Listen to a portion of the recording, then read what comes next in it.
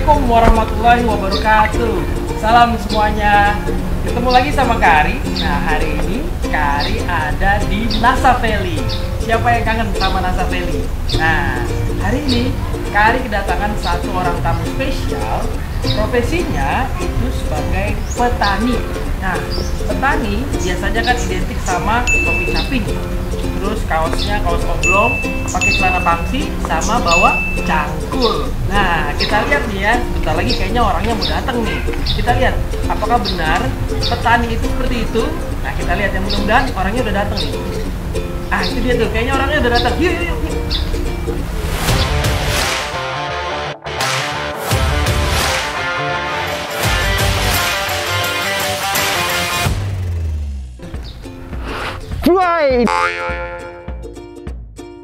Boy, halo.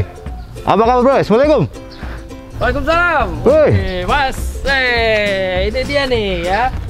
Petani yang tadi Kak Ari sebutin. Nah, Mas, petani namanya di mana-mana petani itu bawa caping, bawa cangkul. Ini mana cangkulnya? Itu petani dulu. Oh, petani dulu. Kalau zaman sekarang petani itu berbeda. Beda. Petani itu nggak harus nyangkul, nggak harus turun pengotoran, tapi kita bisa memanage petani untuk berkebun atau apa. Tapi jadi semua punya kalian masing-masing. Tapi saya petani hanya memanage bagaimana teman-teman bisa bertani. Oke. Begitu. Petani nggak harus, zaman sekarang petani nggak harus megang cangkul katanya. Mas, tapi ngomong-ngomong nih, kayaknya kita kurang kedengeran nih. Gimana kalau Oke. kita berjarak nih? Ya. Nah, Oke. kelihatan kan wajahnya? Ini namanya Mas Sigit Halo. Bukwanto. Nah, beliau ini petani, tapi sebetulnya petani kok dandanannya funky begini.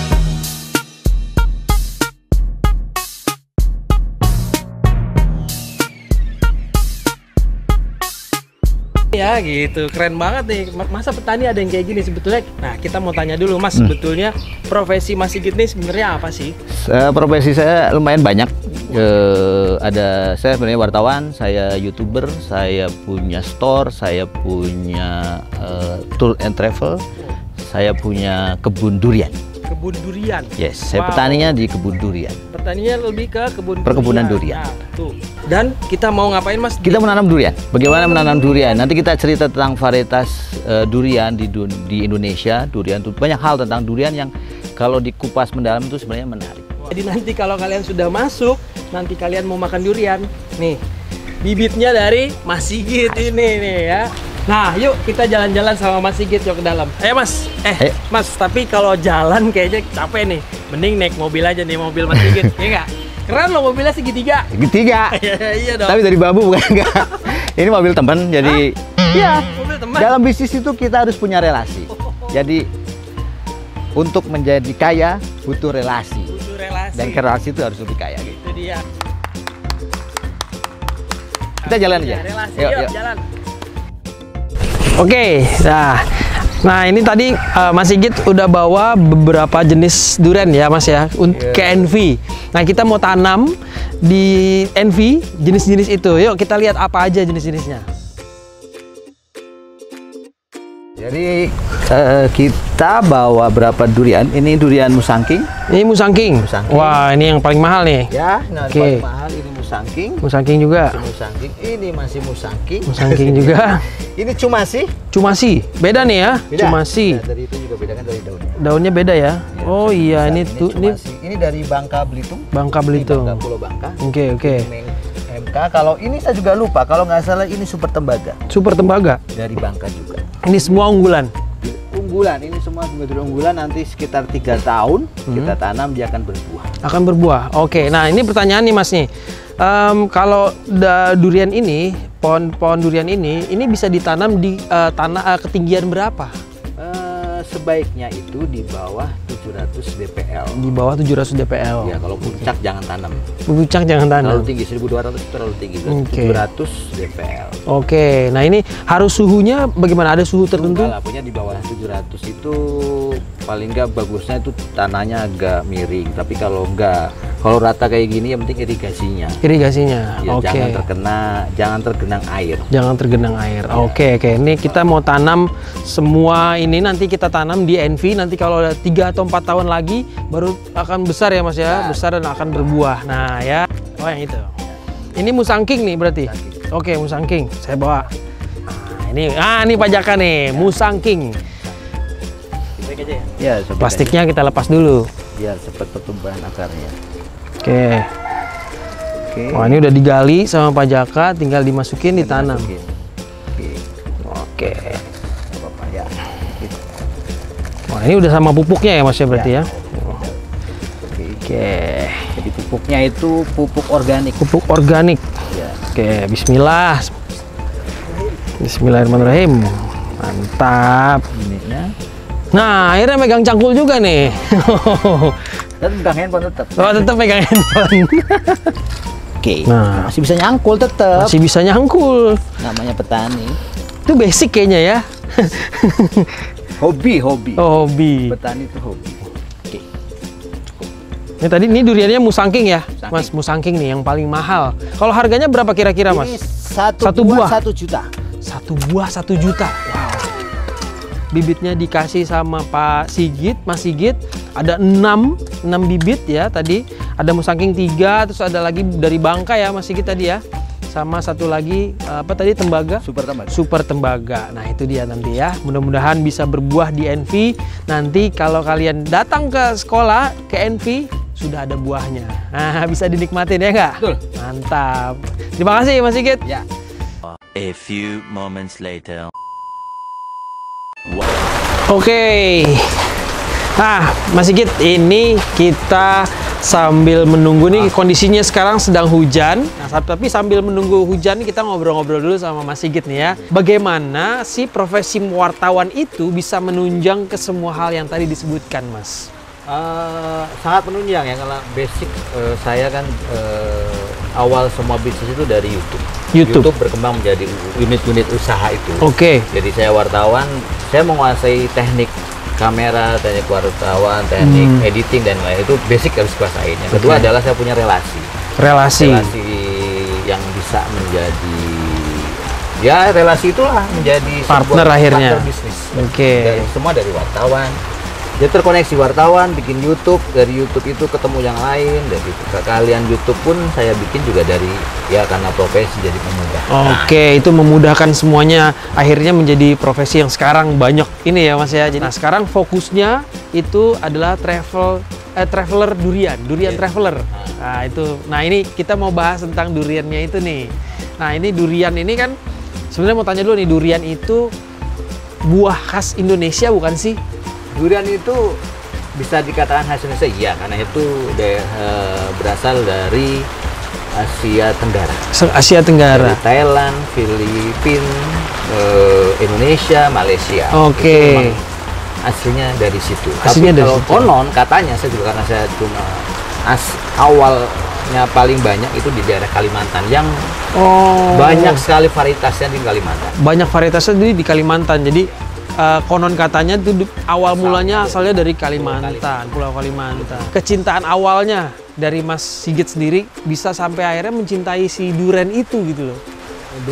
Durian itu kalau buat kita emang sudah, kalau orang Indonesia, Jawa, Sumatera itu sudah menjadi bagian hidup. Saya juga hidup di rumah saya, di kampung saya itu banyak durian. Jadi kita udah tidak memikirkan bau. Bau itu suatu kenikmatan. Ini justru malah nikmat ya. Nikmat. Nah, karena kenikmatan itu kadang-kadang sekarang ternyata setelah saya gede, durian itu nggak cuma ada di kampung saya. Ternyata juga ada di Malaysia, ada di Thailand, ada di Filipina, di negara-negara tetangga yang lain. Juga ada di Indonesia, juga dari Sabang sampai Merauke ada. Ada durian. Dan itu rasanya berbeda-beda. Saya cuma kalau nikmati durian di kampung saya kayak kurang puas. Bagaimana kita nyoba durian di Filipina, kalian jalan-jalan. Kita bagaimana nikmati durian di Malaysia? Oh ya, kita sekarang jalan karena itu. Dan ternyata emang duriannya sangat berbeda rasanya dan unik. Dari rasa, bentuk, rasa dan semuanya. Jadi ada kepuasan sendiri kalau kita sudah tahu, oh ternyata makan durian Malaysia seperti ini. Oh, makan durian. Berarti itu dasarnya Mas Sigit akhirnya bisa sampai menjadi durian traveler, gitu ya Mas ya, gitu karena di beberapa daerah di Indonesia juga akhirnya dari Sabang sampai Merauke punya varietas rasa dan juga varietas durian yang beda-beda ya. Gitu. Oke. Nah itu. Nah sekarang bisnis yang digeluti sekarang jadi apa Mas dari durian itu? Tour and travel durian. Oke. Karena ternyata yang kayak saya itu nggak cuma saya. Itu banyak. Jadi orang pengen, ikut. Akhirnya saya bikin tour and travel, kita jadwalin setiap tahun itu paling nggak kita keliling Asia Tenggara. Indonesia juga. Nah, itu menjadi potensi bisnis. Pelajari potensi-potensi yang belum digarap oleh orang lain. Itu menjadi potensi bisnis. Pertama tour and travel. Habis itu kita karena kita belajar dari tour, kita belajar dari Malaysia, dari Thailand. Ternyata di sana petani itu kaya raya. Petani kaya raya. Petani mereka itu kelas menengah. Menengah justru malah petani. Ya, wow, tuh. Kaya lah. Saya juga pengen. Wah, ternyata di sana durian sudah dikebunkan. Durian sudah dikebunkan. Bukan lagi durian yang ditanam oleh nenek moyang kita. Kita tunggu tahu-tahu kita berbuah, enggak. Tapi kita nanam sendiri. Keinginan kami akhirnya saya nanam durian. Nanam durian akhirnya. Punya kebun durian. Punya kebun. Nah, punya kebun ternyata berkebun aja kurang seret. Maksudnya kurang ada Masih kurang ya. Kurang seru nih. Gitu. Dulu udah. Hilirnya belum. Hilirnya. Kita punya toko durian tapi yang premium. Toko durian premium. Ya. Wow. Jadi 3 ya. A few moments later. Maaf ya, tadi sempat kepotong sebentar karena hujannya terlalu deras. Akhirnya menutupi perbincangan kita berdua suaranya. Nah, akhirnya kita stop dulu, terus hujannya deras, kita keluar dulu. Hujan-hujanan bareng. Mengenang masa kecil ya. Nah, sekarang kita lanjutin obrolan kita. Nah, Mas, tadi kita berbicara tentang motif nih, dasarnya nih. Tadi kan udah disebutkan dasar ekonominya seperti itu, emisi ekonominya seperti itu. Nah, sekarang yang mau diketahui adalah motif apa di luar motif ekonomi itu, misi Masnya sebenarnya itu apa gitu untuk durian ini? Durian itu menarik, tidak ada hanya di Indonesia, tapi ada di seluruh Asia Tenggara. Indonesia pun ada dari Aceh sampai Papua. Potensinya besar, tapi di kita itu tidak tergarap maksimal. Karena kita sering traveling ke Malaysia, Thailand, itu kita ada potensi besar. Ternyata durian itu bisa menjadi sumber utama. Ya. Petaninya kaya raya. Nah, paling nggak kok di Indonesia tidak bisa, ada masalah apa? Akhirnya kita bisnis hulu ini ternyata apa? Ternyata petani kita ini tidak punya ilmu untuk berkebun durian. Kita tidak pernah punya usaha untuk memaksimalkan durian kita. Akhirnya yang terjadi di Indonesia ya kualitas duriannya seperti itu aja. Kita tinggal jauh. Nah, habis itu ya idealisnya apa? Secara ekonomi kita idealisnya adalah bagaimana membuat edukasi kepada para penggiat durian, para petani durian. Bagaimana durian ini bisa mensejahterakan petani. Caranya apa? Caranya bisa secara kualitas durian ditingkatkan, juga ilmunya dikasih. Nah, gimana melatihnya? Nanti kita akan bikin sekolah camp misalkan. Kita bikin sekolah, kita undang seluruh Indonesia. Harapannya nih bulan Januari lah. Kita bikin sekolah, kita ajarin bagaimana berkebun durian baik dan benar. Harapannya apa? 4-5 tahun lagi kita sudah punya, petani kita sudah punya kemampuan seperti teman-teman di luar Malaysia. Jadi tidak tertinggal. Percepatannya apa? Yaitu harus diberi ilmu. Nggak cuma jadi durian itu ternyata juga ada bagaimana cara mengidentifikasinya. Bagaimana cara mengidentifikasi? Praktekin bagaimana mengidentifikasi durian. Banyak hal yang bisa dipelajari. Jadi ilmu itu kadang simple. Kita cuma lihat durian, tapi ternyata kalau kita dalami lebih ternyata ya banyak hal ya. Nah, ini menarik nih, banyak hal dari durian, bukan cuma buahnya ya Mas. Ada bijinya, ada kulitnya. Nah, ini kalau dari sisi kulitnya, dari yang lainnya selain buahnya gitu, itu bisa dimanfaatin lagi nggak sih? Kulit sih jarang dimanfaatkan karena pertama dia berserat dan agak susah. Paling gampang untuk kompos saja. Untuk kompos. Tetap bermanfaat dong berarti. Tetap bermanfaat. Kalau untuk bijinya kan biasanya kalau sudah dimakan diiris-iris jadi keripik. Ya, jadi keripik tuh ya. Kalau biji itu ditanam lagi, tapi nanti kalau sudah besar dipotong, diambil mata tunas lain yang unggulan ditempel. Nah, jadi itu menjadi durian unggulan. Jadi durian unggulan. Banyak. Itu dia. Wah, canggih nih ya Mas Sigit nih, benar-benar canggih nih. Petani yang kayak gini nggak ada nih kayak gini nih. Funky ya kan. Biasanya bawa cangkul, sekarang nggak bawa cangkul. Jadi kalau tadi kata Pak Sigit, bertani itu bukan hanya bawa cangkul, tidak harus mencangkul, tapi bagaimana mengelola para petani itu juga bisa disebut sebagai petani. Itu dia. Terima kasih Mas Sigit atas waktunya. Wah, ini keren. Mudah-mudahan kita bisa ketemu lagi, bisa main ke kebunnya Mas Sigit nih. Ya, makan durian. Ya, kalau panen nanti bulan Desember. Mantep nih. Nggak sabar nih ya. Mudah-mudahan pandemi cepat selesai. Akhirnya kita bisa main sama-sama ya, bisa ketemu anak-anak, bisa ke sana, bisa makan durian bareng. Oke, terima kasih Mas Sigit. Terima kasih waktunya. Ya, terima kasih. Oke, teman-teman semuanya. Tetap semangat ya untuk belajar dimanapun dengan siapapun. Oke, stay strong, stay healthy, and stay smart. Salam semuanya. Halo semuanya, saya Sigit Purwanto. Saya petani durian. Selamat Hari Tani Nasional dan saya bangga menjadi petani durian.